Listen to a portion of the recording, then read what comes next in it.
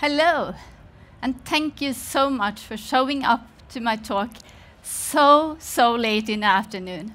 It is great to be here at NDC Oslo, and I'm really happy that I'm allowed to talk about event sourcing, because that's a way of building solutions that I find really fascinating, but much more important, I find it really useful for the right problems to solve.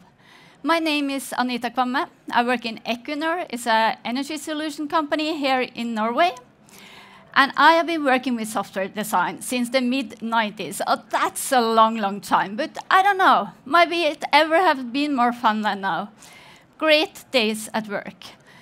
When I was graduated, I really was interested in user-friendliness, as we call it then.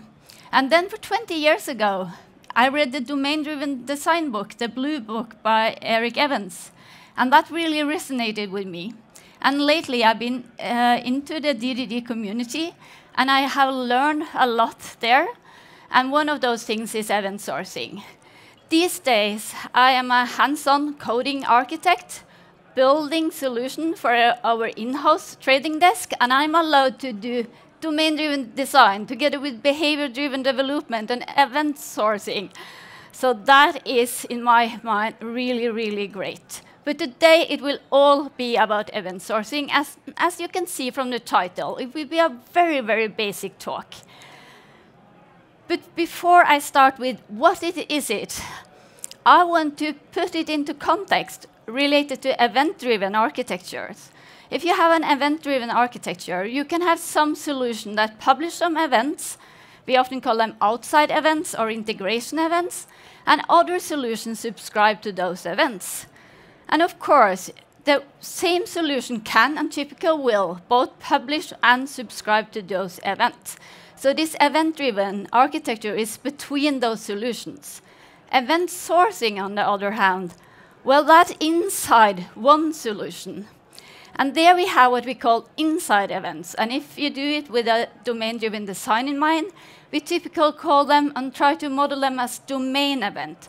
And they are stored in the event store, and they are the internal of the application. So event sourcing isn't a high-level architecture pattern that you should apply to everything you do. You should use it where it actually fits the problem to solve. Event-driven architectures and event sourcing fit really good together, but you don't have to do both to do the other. You can have event sourcing in a REST-based architecture, and you typically will have a mix of those architecture patterns, but event sourcing is then inside. Okay, back to the question. What is event sourcing? Well, it's a very mature way of thinking. It's not something new. It's what accounting has done for hundreds and hundreds of years. And it's actually what GitHub is doing every day. And even if you look at the InfoQ's trend report for architecture, event sourcing is in the late adopters together with the event-driven architectures. So I think it's a mature choice to take if you have, again, the right problem to solve. So what is it? Let me come to that now. Before, when I was building solution, I typically had maybe a state somewhere. And the shopping cart is the typical example to use when you explain event sourcing, so I would do it that way too. So I store the state typically in an SQL database, but you can do it in a document database, but you stored the state. In this case, a shopping cart with 2 items. But if you think a bit different and ask yourself, how did we get to that state? How did we reach that? Well, maybe the user added an item, and then it added once more. And this is like my husband is shopping. Really structured, adding items, checking out, go on. But for me, I'm adding an item, adding a new one, removing one, all those choices, adding a new one, but I will get to the same state. And this more path to the same state, I will come back to later. But when we do event sourcing, we have those events that we call domain events, like item added.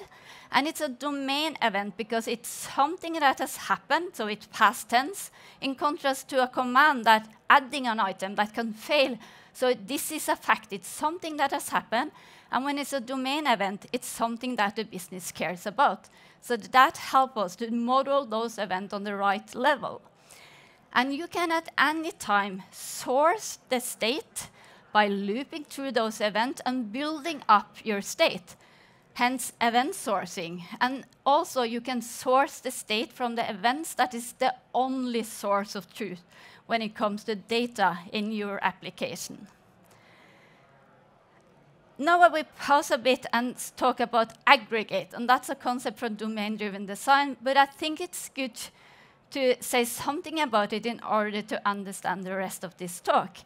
So in domain-driven design, we have this bonded context, and inside a bonded context, you can have one or more aggregate. Like the product catalog is an aggregate, the shopping cart can be an aggregate, and this is all about how you modularize your solution. So that is an important concept, also when you do event sourcing.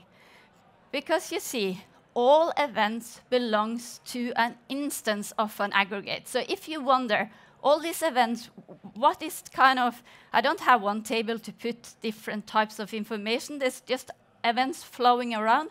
It isn't. The events belongs in a stream, and that stream belongs to one instance of an aggregate, in this case, a shopping cart. So if the user do something, for instance, adding an item, the command captures the intention of the user. And then that command have to do something to something, and that something is the aggregate, and that's why I wanted to introduce that concept. So in the shopping cart, you typically have some business rules, and you save the event. They are saving as facts. All events belong to a stream, as I said, and the sequence is critical. I guess you all can see that. If you start with removing an item, it will be messy. And the events together will then make the state of one aggregate instance. And that's actually all it is, at least if you look at some of the definition out there.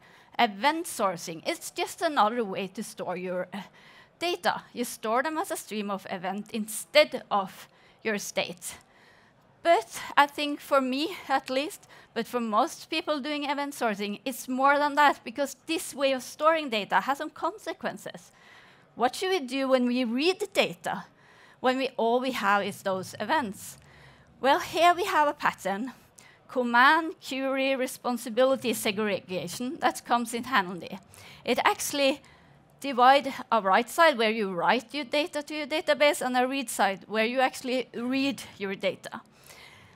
And then you have what we call a projector that can listen to events. And a projector, when you are listening to events to make up something that you read this information, then you can listen to all the aggregate, all the different aggregates types, and you just pick out the pieces of those events that you need that is relevant for what we call on the read side, our read model. And we try to make these as atomic as possible and really separate those out. So you can easily throw one out and make a new one. So we project the events into read models, and that's how we actually handling the need of also displaying this data in the user interface or in a report or whatever. And then, since we have those events, it's really attempting, actually, I wonder if I skipped, yeah. It's really attempting to use them because you can react to those events. And that's where our concept of reactors comes in. So when you are reacting to an event, you can do something, you capture that intention, how do you want to react in a command again, and you can do something to an aggregate, but you are also allowed to do side effects. So this means that you kind of get you can have more places where you use the reactors. You can do it when one aggregate should react to something that has happened in another aggregate, or maybe you want to publish an event. And as I said, event sourcing, inside events, don't publish them out there, but you can react to one of those insights events and create the outside event that you want to share with the rest of the world. And you can also react to something that has happened and call, for instance, an external solution by an API. So that is our reactors. Since we have those events, we use them. And I want to take an example to explain what I think is the power of these reactors. In one of the solutions I'm working with, we have this concept of a strategy. And when a user, for instance, starts a strategy, it gets a strategy started event. At that time, we can give feedback back to the user, and we can save that event. And the product recommendation hold a set of recommendations for that product and listen to this. Oh, a strategy that I'm interested in has been started. So it could save a set of recommendation algo-enabled event that the next aggregate can listen to. And if the external solution is done, well, it just waits. And the user has for a long time ago got the feedback. So it can wait, but finally it will be done when the solution is up again. And typically it's just a matter of milliseconds for a network glitch or something. So reactors give us kind of event-driven architecture inside our solution. Okay, but all these events, how do we then fix our mistakes? We don't have the possibility to just change the state. Well, event sourcing for me mimics the real world, and that's something I really like about it, because it feels more right. So let's assume that you go to Las Vegas and you have a good time and you get married and you wake up the next day and you regret it so much. What will you do? I guess you either should do some corrective action. For instance, try to cancel that marriage. That will lead to some compensating events. That will be a part of the stream of events and it be a part of the core of your story. And that is the same, of course, that accounting also is doing. If you have a fat finger mistake and you pay 1,000 instead of 100, you typically don't just update that one number. You might be crediting the whole amount before you pay the right amount in the next transaction. So this is how we correct our mistakes. We do it by triggers and compensating actions that lead to those compensating events, and those is core part of our domain model and of the history of that instance of the aggregate. I think event sourcing also gives me another tool set when I'm thinking about the business rules compared to more traditional solution I have built before. And again, this is about the splitting of the read side and the write side, and having this handling the command from the users, the reactors, and the read models.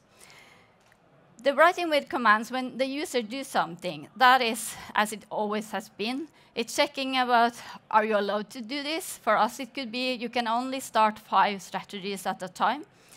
In the banking example, maybe you don't have allowed to overdraw your account, or probably they want you to do so they can get interest, but that's another story.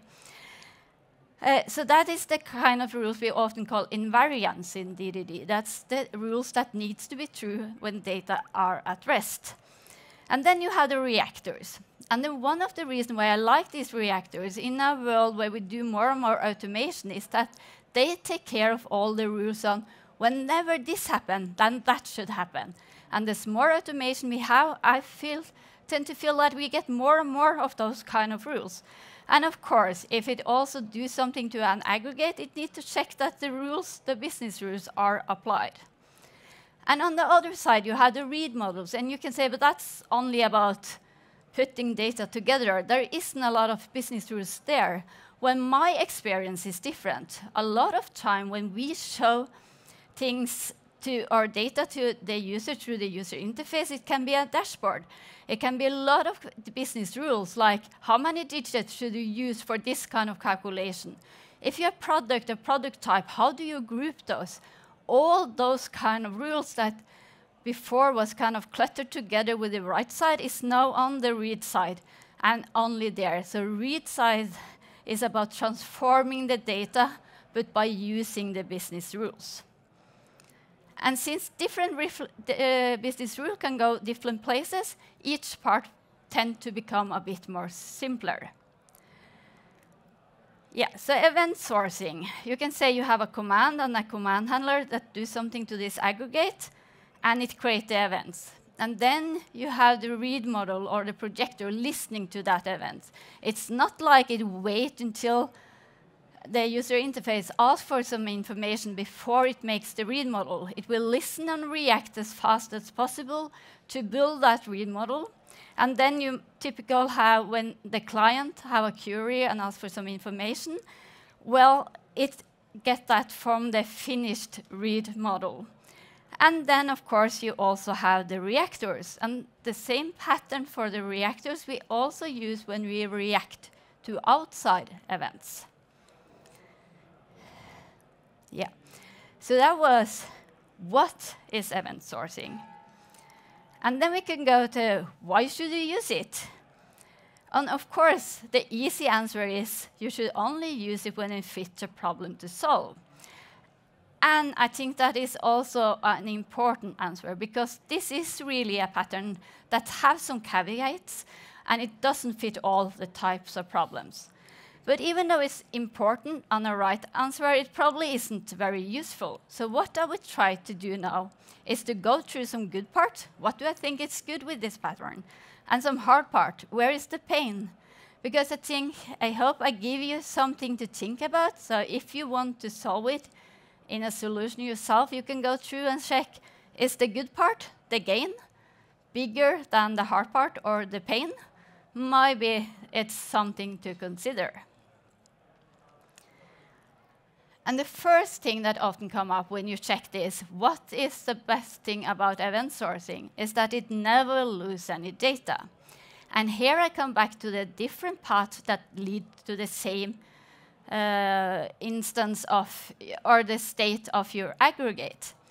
In this case, if you only store the state of your aggregate and someone asks you, how often does this kind of shoes be removed from your shopping cart? You can't answer that question. And that is what they mean by never losing any data. But I've been working with solutions for years and years before I started with event sourcing. And was it like I felt that we were losing data all the time? Did we just throw it away because it wasn't important? We didn't, at least not in the business application I've been working with. So what did we do? Well, we added versions. And then we added some flags. We said, this line, this version of this information was done by a user, and this was updated by a system user. And we cluttered kind of our aggregate state with a lot of information. And after starting with event sourcing, I can realize that, why did we do that? We actually wanted to know how we got to that state. Voila! Do event sourcing, and you get it for free. Well, there are some pains, so I guess there is nothing like a free lunch. But at least that you can keep all those data without needing to add so much extra information just to know how did we actually get to the state that we are storing. That's at least we did for the solution I have been working with in the past. And then I have this phrase for architecting for tomorrow questions. And I think Equinor is an organization that wants to be more and more data-driven, as a lot of organizations want these days. And of course, in an organization like this, someone will, and they should actually, ask us a question. Based on the data we have, can you answer this for me? And here I think event sourcing fits really well. Because what we do, we have our domain events, and we put all information that is relevant to actually what have happened related to that specific type of event. And that, you can say, makes the event a bit more complicated because it keeps track of more information. But it doesn't influence in any bad way the aggregate state. It doesn't influence the read models or the reactors. So it's a kind of very isolated and cheap way to keep all the information that you need for answering the question that you will get tomorrow. And of course, we do that by, when I ask a new question, we can just make a new read model. We can also try to change one of the existing one, but the thinking for read models is that keep them small. For instance, they can match one table in the user interface, or they can match a report. So if they want something too that is, they are quite the same, but still different, we just make two different read models. And I think event sourcing has a sweet spot when it comes to task-based interfaces. And what I mean by that is, for instance, in our strategy example, if we only have this state save strategy command, we already at that point have actually lost the intention from the user. What did it try to do? If you have a task-based user interface, as we are using, with defining a new strategy, taking ownership of it, start or stopping it, then it's easy to capture that intent in a command and to have those linked to the events. So it has a sweet spot there. Not so good fit for a completely CRUD-based user interface. Time traveling. Haven't you always wanted that? Traveling in time? Event sourcing gives you that. And luckily, we are not able to travel in the future. That would have been awesome. But at least we can travel into the past. Once I was in a solution where the user was focusing on some fabrics, and those fabrics had outages, and they told us that we are likely to need to know how many of these outages did we actually know about 3 months before they happened. This kind of questions is easy to answer in an event sourcing application, and that is one of the really good part of it. And luckily for us, we never got around to implement that part of the solution, but that's a completely other story. But I hope you see the kind of scenario where this makes sense. In-memory read models, that's something I like very much, because you could say, as long as the read models is listening to those events, what if every time you restart your application, you actually start listening to the first event ever? And then you build up your read model. You don't need to save it in a database. And this might feel silly. You don't do this kind of thing, but yeah, we do it. And we do it in production, but not all the places. In the start of your application, when you develop it before it goes into production, is really good, because when you show data information to the users, I feel like when they see something, they know what they should have asked. So the read models tend to be changing a lot in the start. And that is faster to change when you don't need to keep in track with a database too. And since these read models are in memory, this is really fast. So we have some in-memory read models in production today, but we have also places where they started in production to be in memory, and when the streams got too long, well, we made this part to save it to the database. So it gives you those options to add it on a later state without it takes too much time. And I think event sourcing help with distributed solution. And again, it's the reactors that help us with it. I don't know if you know about the outbox pattern. For instance, if you want to update your state in a non-event source application, and you also want to call an API, that can, of course, not be done in one physical transaction. So what a lot of people does is to save that updated state and save a row in an outbox pattern, outbox table, and in the same transaction. And then they can pull that outbox to actually do the API call, so they know it will be done. And this, using the reactors, just reacting to the event, you get this outbox pattern for free, because the state is already saved, and the reactor will keep on getting that event until it actually has done the API call, and the external solution is up. And the same you can do for those outside events in an event-driven architecture. But in this conference, at least I've been on some good talks related to modular monolith. And I think our event sourcing solution also is good for building modular monoliths. And the reason for this is that our aggregates is communicating by reacting to events. The read models is communicating by reacting or projecting those events. And if anyone was here looking at the talk by Layla Taylor yesterday, she was talking about this distribute-ready modular monolith, and that was kind of the same pattern. So it is, you get it, again, not completely for free. I will come back to that on the pain point, but at least that's how we just build these solutions. So they are kind of distributed, ready modular monolith if we want to put them into one monolith.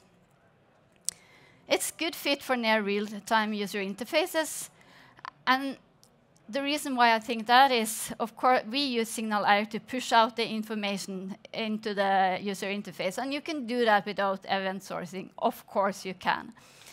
But then you need to know, oh, this part of the database is now updated. Where in my user interface does that affect?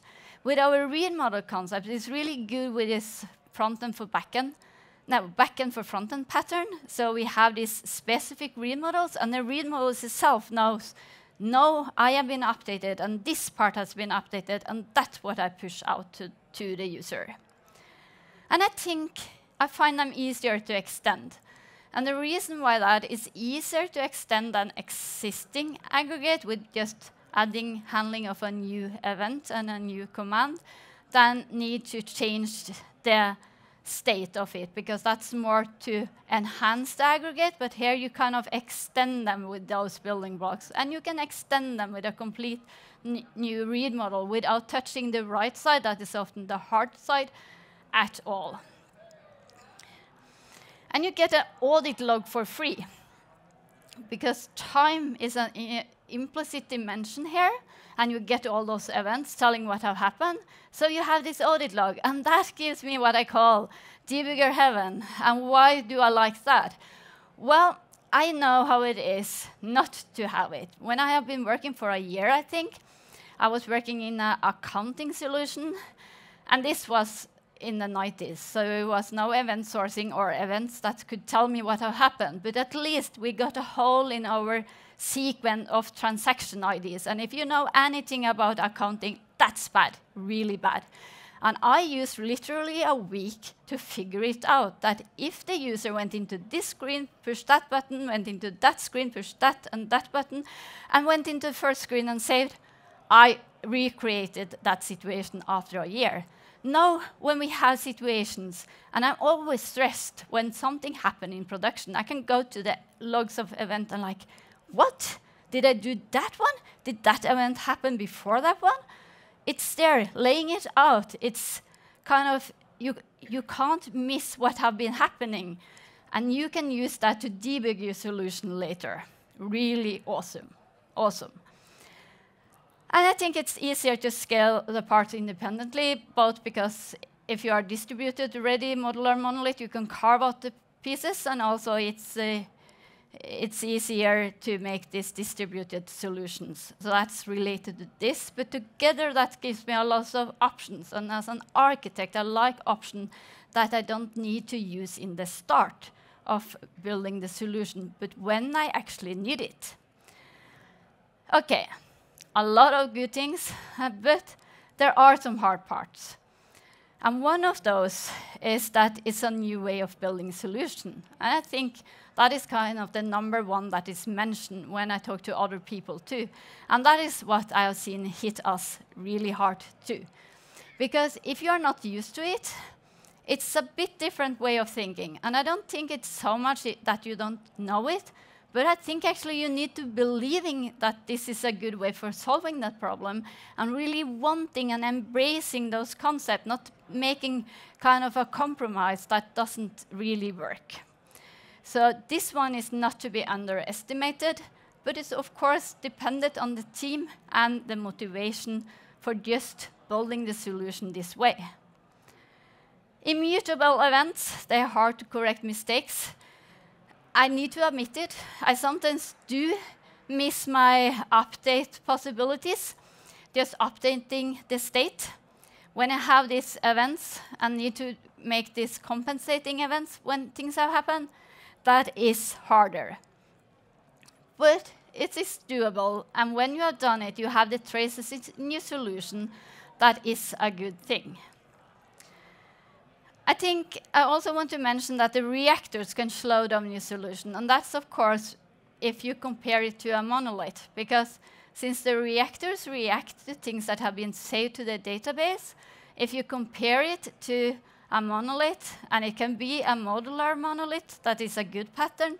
But if that has all the communication inside one process, this will typically be slower, just as when you do more distribution, it will be slower, because here you actually get a bit of this intercommunication already.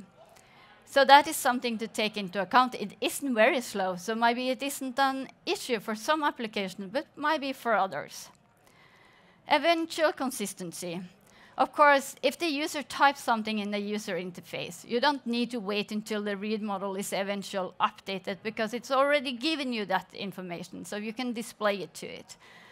But most of the things that we show to our users, since it's application where there's a lot of automation going on, so maybe it's a trade on a third-party platform that is coming in and we are displaying it. Well, there, the eventual consistency is all about what is the pain point for how long it could take. If I ask my users, is it OK you see it 1 minute after it happened? Maybe they say no. Is it OK if you see it 1 second after it has happened? Maybe they say yes. And then the pain point is somewhere between this. And I really want to challenge this eventual consistency a bit, because when I read about it on the internet, even for the read models, it seems to be such a big issue. And I don't think we always take into account how is this actually for the users. Because again, I've been working with solutions in the past, and I've been working with solutions with huge databases, really strong consistency, and best in class for two-phase commit. Everything is strong, consistent. And I had the pleasure to have walkthrough with a lot of users for those solutions. And one of them told me something that sticks to my mind. She said to me, and this was a Windows application with a lot of windows. So she said, when I look at the table in this window, if someone else updates that data, I need to refresh it. And then she opened another window and said, if I'm looking at this information in that window, and some people change it, I need to close the window and reopen it again, and I will see the changes.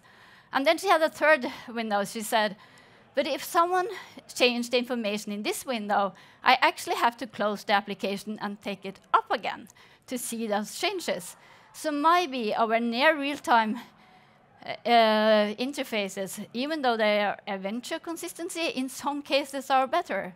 It all depends on the use case, but think about it, challenge it, not just think, oh, it's a bad thing anyhow. And of course, a lot of the information we show for the users, when we get it from third-party platforms, it is eventual for them anyway, because we don't get it in the same nanosecond as it was created, because that was on another platform owned by another company. Those events live forever. And of course, then you get the version, what if they are changing, and all these kind of things. And that is a really pain point that you should think about. And Greg Young has actually written a book about this, about versioning for event source solutions. And there are patterns out there, but it's good to think about what is a good fit for your solution. We actually do migration. This means that we take the complete stream of events, start with the first, change it, and we put it into a new event store. And that's how we keep up with the versions. But of course, you can have an event with versioning and so on, too. So there is a lot of different options here, but yeah, it is a bit of a pain point that they live forever, but we don't want to lose any data, so we haven't an option to throw them away. And then we need to make the stream shorter. We want short streams for our aggregates. And this was new to me, starting with event sourcing. Even now, I know DDD and I've done designing of aggregates. That was hard before, but now it has become a bit more harder, because I need to take this into account. Try to avoid to have an aggregate that can get new events forever and ever. And again, like accounting do event sourcing, but every year they kind of stop things and they start on a new stream the next year. So you can think like that to solve this problem, but it is harder. And there's many moving parts. no way around it, especially if you compare it to a traditional solution where you don't even split the write and the read side. This have more moving parts, and it can be harder to see the big picture. And I think this maybe it's not so much about this event sourcing, but it's actually that we take the events and make an event-driven architecture inside of a solution. And you can do that without event sourcing too. And then you get the same challenges that you often get with event-driven architecture between solutions. That is harder to see how all these events fills together. But it's easier in one way with event sourcing because all those events are internal. So we keep track of which event has been triggered by what other event, so we know the traces of the solution easier. Yeah. So that was why we should use event sourcing. And you see the list, but the number of points in the list, it doesn't matter. What matters is what problem are you solving and how important is each point on that list for your solution. And of course, this list is not complete. There is more, but I try to highlight the ones that I find most important. Okay. Let's go on with how do we build event source solution. And the good part here is that the only thing you need is 4 building blocks. And actually the only thing we use are those 4 building blocks. And the thinking here is that we take those building blocks, like Lego bricks, and we can assemble them in different ways and put together our event source business application, solving the business problems. And these 4 building blocks, I actually pick up by a talk by Sebastian von Conrad. And I find them really useful, because in our team, we always know what building blocks are we working on now. And we know the pattern for each and every one of those, making it easier to keep them simple. And I will come back to that. So the first building block is the event store. And we use Cosmos DB for that. And the reason is that Cosmos DB has something they call a change feed. And this change feed lets you push out events. And I will also come more back to that. But Microsoft on their pages are saying that event sourcing is one of the scenarios where Cosmos DB's change feed is a good fit to use. So it's good to know that we use it in a way that it really is intended. And the event store only needs to have 2 core methods. The one is to load all the events for a stream, so we can loop through them and actually source the state of our aggregate. And the other is to save new events by appending them to the event stream for that stream ID. And the beauty of it is that when we need new aggregates, or if I need new event types in my existing aggregates, I don't need to think about how to save that data on the right side, because the event store takes care of that. And since I really like to work with the business problems, not so much with the database code, I find that really useful. And of course, this is because for every event, we store some information for what stream it is, what stream ID, that's the kind of ID of that aggregate instance.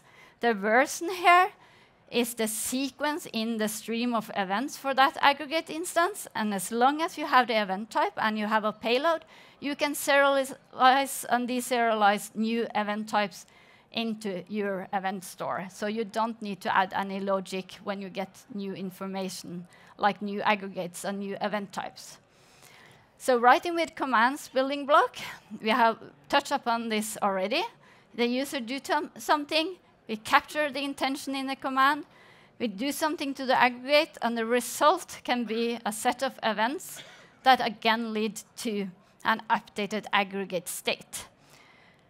So I want to say a bit about an aggregate in a DD context, because I've been working with domain-driven design for non-event source applications, and there I was used to that aggregate we treat as a unit.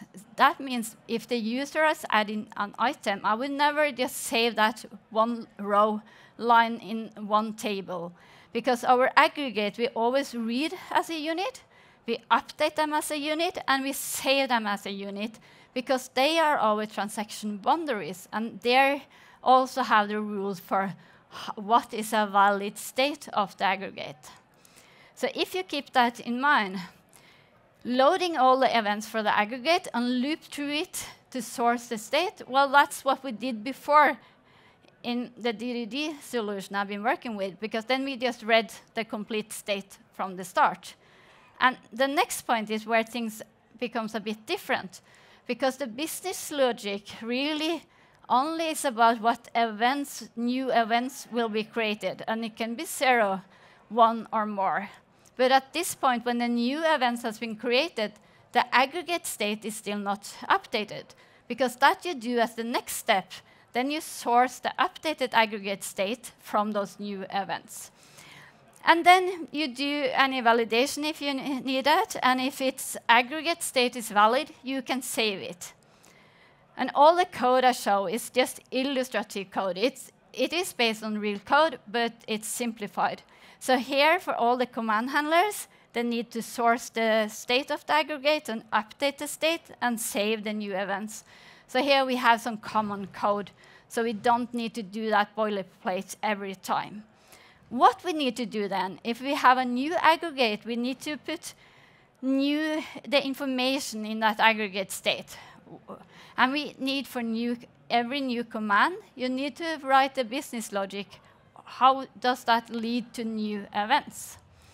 And then the last part is that you need to define how new different event types really update the state of your aggregate. So if you get a new command on an existing aggregate that do only lead to existing event, you don't need to add to the last part. And finally, we also have the rules for what is a valid state of the aggregate, but that is something that typically do not change a lot. And the third building blocks is reading by queries. And that is how Sebastian von Conrad coins it. I call it read models. And here is the pattern. You have an event. You have, if it's the first event ever, you have an empty read model state, but then you build up your read model state. So you have a read model state, and you get an updated read model state. And I focus on these patterns because I really think those are important in order to keep each building block simple.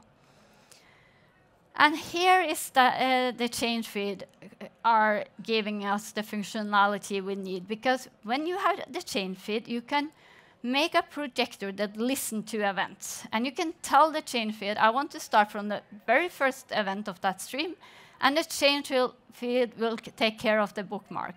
And finally, you can listen to those events, not hammering. Is there any news? Is anything have happened? What have happened since the last time? Of course, there are some hammering under the hood of things, but that Microsoft takes care of, and we don't need to do that. So that's why we use the Cosmos DB, is actually because change feed has this functionality. And I just want to say, a lot of people use change feed related to Azure functions, but we have just an ordinary web application, a .NET web application. But we don't need to write a lot of code, as you can see here. We need to have a method that it should be called when events are pushed out, and that could be a set of events, depending on the load. If it's only one new event that has come in, the Cosmos DB change feed push out that one event. And you typically put it in an I-hosted service. So it starts when your app actually starts. And then what you need to do, it was hard to see, for these read models is, of course, that you need to keep the state of things. And you need to get those events that you get a list of, And for each and every one of them, you project them. So what you need to write of code is for each event type, you could say, how should this update the read model state?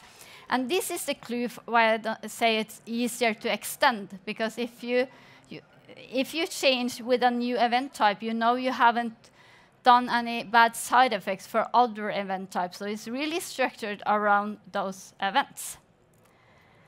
And then you have the reactors. And those reactors is what Sebastian von Conrad called the cool stuff. And I tend to agree with him. Because you can say it as if writing with command handles clients' commands, and reads with query handles clients' reads. Well, the reactors take care of the rest. And my experience is that more automation we get in our solution, more and more it's on those parts that falls on those reactors. So here you have an event. You capture the intention for how you want to react to that event. And this event can actually be an inside event or an outside event. And then you update the aggregate state. At least you can do that, or you can only do the API or the side effects. So here you have a choice. And of course, if you want to do something to an aggregate and get some new events, you follow the same pattern as you have with writing with command building block. So for the reactors, we use the change feed again, listen to events, and reacting to them if it's an internal event. But if it's an external event from a service bus or something, you will just do it as you have already always done it for other applications. And then you need to have a two-step. One is to take that event and capture the command, capture the intent in that command. And the second part is actually the business logic for getting the new events, if you update the aggregate, or actually doing the API calls. But the good thing here is that the change feed, if something is wrong, if the API is down, you can just throw an error and it will push up the event again. So it will keep nagging until the things are done. So you know when you have a reactor, it will be done in the end. And usually things are up and running. But the good thing is that we need to take into account all these network clips and all the other stuff that give us a hard time for distributed solution. And the reactors help us with that, since the change feed of Cosmos DB actually are nagging and nagging until we do stuff. Yeah, so that is actually how we build our event source solution. We only have those 4 building blocks. And of course, you don't typically have a lot of event stores, but for the others, we have a lot of them. But we want them to be small and simple. Because as Sebastian von Conrad said, event source solution is a complex arrangement. But it needs to be a complex arrangement of simple part. Because if not, if each building block is getting bigger and bigger, and might be mixing a bit and with writing with command on a reactor, and even update a read model, because you can do that if you want. You can do everything synchronous too, but then you lose out on the benefits of for scaling and all the other parts. So we try to really follow this pattern to make each building block simple, because we don't want to have a complex arrangement of complex parts. I think that will be hard. We want this complex arrangement of simple parts. And the way we do it is to focus on those patterns, as you see here. They are simple. It's like for the read models. We are not allowed to have a lot of rules, knowing that if this event comes before that and after that, now the state of the read model need to have enough information that all you need is one event and then a state of the read model to go to the updated state. And if you keep that mindset, by keeping that mindset, we manage to keep those different building blocks simple. And that's how you build it. But of course, before you start building whatever you want to build, you need to know, what are you building? What problem are you solving? And I can't have a talk about event sourcing without mentioning event storming. That is a brainstorming technique that Alberto Brandolini has coined. And it's so great, I think, whatever solution I'm building, but especially for event source solution. Here you can have some workshop on a high level, and you go with the business, and you lay out all the events and understand how one event triggers new event, and what is the business rules between those. And then you add on with the commands, and then we have those new brainstorming just in our team, where we add on more details about the reactors we use and how the read models are upgraded and so on. So this gives us the perfect overview, and we use it. When we enhance our application, we take up, and it's Miro. Or you can say, that's documentation, and it is. But it's quite easy to extract things to get it updated, and it gives us the overview that we really need.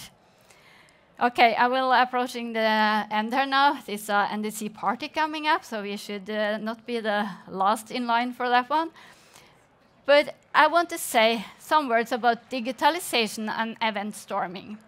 I think in my company, we really focus on automation. And here is the reactors, the building blocks from heaven, because they actually take care of all these rules. Whenever this happens, that should happen. But we don't want the automation kind of live on its own. It's really important for us to empower our users. They need to be on top of things. And here I find the read models incredibly useful. So my personal bet, just because I think this is a good way to build a solution, is that maybe I will are able to do this for some years, because I think the new problem to solve in a world of digitalization often is a good fit for event sourcing.